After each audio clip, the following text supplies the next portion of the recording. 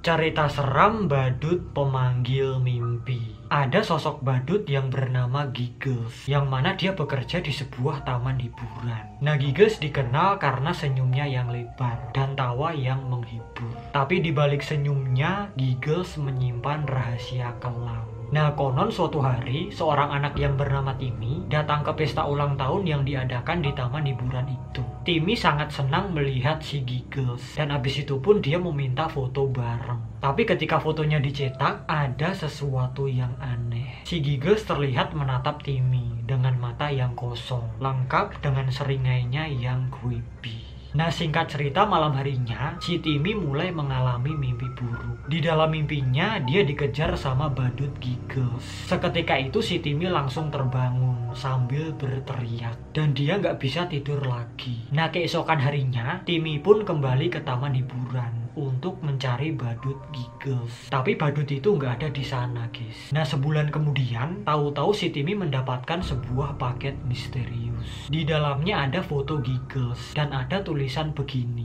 "Aku masih menunggumu."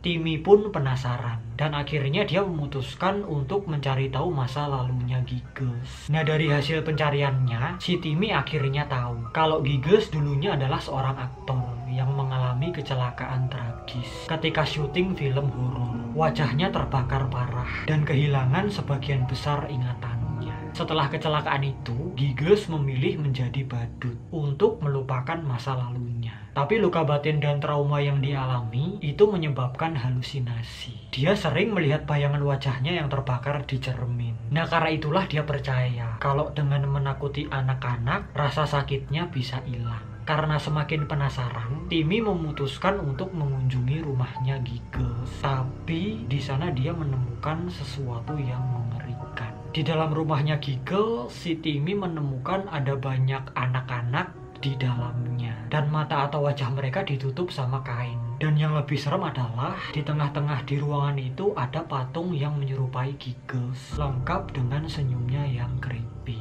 Nah, tiba-tiba aja Timmy mendengar ada suara bisikan. "Aku masih menunggumu, Timmy."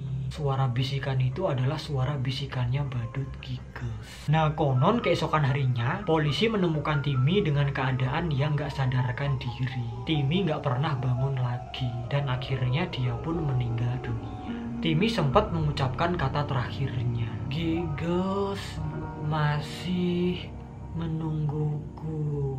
Ceritanya pun selesai sampai di situ doang. Ini cuma sekedar creepypasta yang dibuat untuk hiburan semata.